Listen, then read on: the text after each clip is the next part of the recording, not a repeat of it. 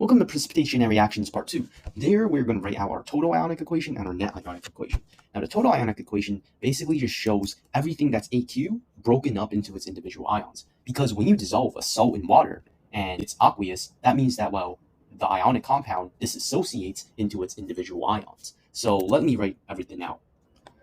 So notice how when I write out this reaction, everything except for my precipitate was broken up into its individual ions, because all of these right over here are soluble in water, meaning that they dissolve in water, dissociate into its ions. So this is like a more realistic view of, what's actually in my solution.